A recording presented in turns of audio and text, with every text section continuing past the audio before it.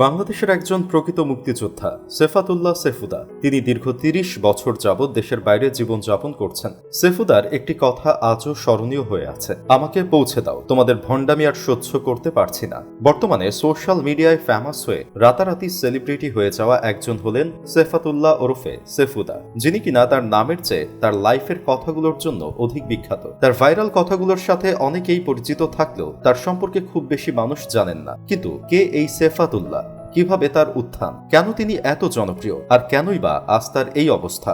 চলুন জেনে নেওয়া যাক সেফুদার জীবনের অনেক অজানা তথ্য।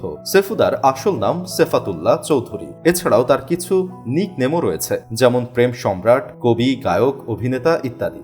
সেফাতুল্লাহকে অনেক ব্লগ, ফেসবুক গ্রুপ এবং পেজে নাস্তিক সম্বোধন করা হলেও নিজেকে তিনি সুন্নি মুসলিম হিসেবে দাবি করেন। তিনি স্রষ্টায় বিশ্বাস করেন, নামাজ রোজাও রাখেন এবং তিনি হজ করতে চান। সেফাতুল্লাহ 1946 সালে খুলনা জেলায় জন্মগ্রহণ করেন, তবে তার গ্রামের বাড়ি চাঁদপুরে। 1985 সালে প্রথম সৌদি আরবে যান এবং সেখান থেকে 1988 সালে অস্ট্রেলিয়ায় যান। এরপর আর কখনোই দেশে ফিরে আসেননি তিনি।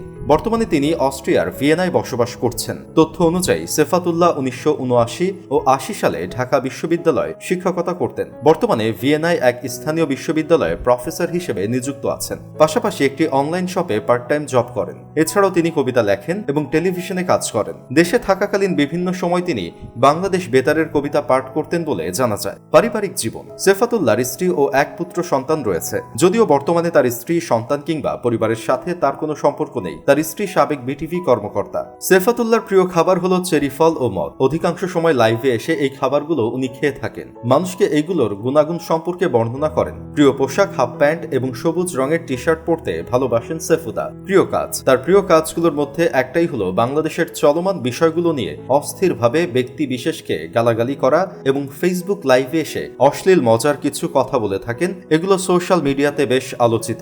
অচেনা সেফাতুল্লাহকে দেখলে পাগল বা মাতাল মনে হলেও সেফাতুল্লাহর সম্পর্কে এমন অনেক চাঞ্চল্যকর তথ্য রয়েছে যেগুলো জানলে যে কেউই চমকে উঠবেন। বাংলাদেশের মুক্তিযুদ্ধের সাথে সরাসরি যুক্ত ছিলেন সেফাতুল্লাহ। তিনি একজন বীর মুক্তিযোদ্ধা। প্রবাসে দীর্ঘদিন থাকলেও দেশের বড় বড় রাজনৈতিক ব্যক্তিত্বের সঙ্গে ঘনিষ্ঠ সম্পর্ক রয়েছে তার মতে সে একজন ভিআইপি পার্সন এবং বাংলাদেশের রূপে সে জাতিসংঘ কথা বলেছে। সেফাতুল্লাহর রাজনৈতিক ক্ষমতা এতটাই প্রকট যে ভিয়েনায় বসে একজন মন্ত্রীকে পদ থেকে সরিয়ে দিতে পারেন। এ কারণে সম্ভবত বড় বড় নেতা, ক্রিকেটার ও সেলিব্রিটিদের নিয়ে লাইভে অশ্লীলতার মাত্রা ছড়ালেও কেউ কোনো প্রতিবাদ করেন না। ভিউয়ার্স, সেফাতুল্লাহ সম্পর্কে আপনার কোনো মতামত থাকলে কমেন্টে জানাবেন এবং পরবর্তীতে নিত্য নতুন তথ্য পেতে আমাদের পেজের ফলো বাটনটি ক্লিক করে রাখুন।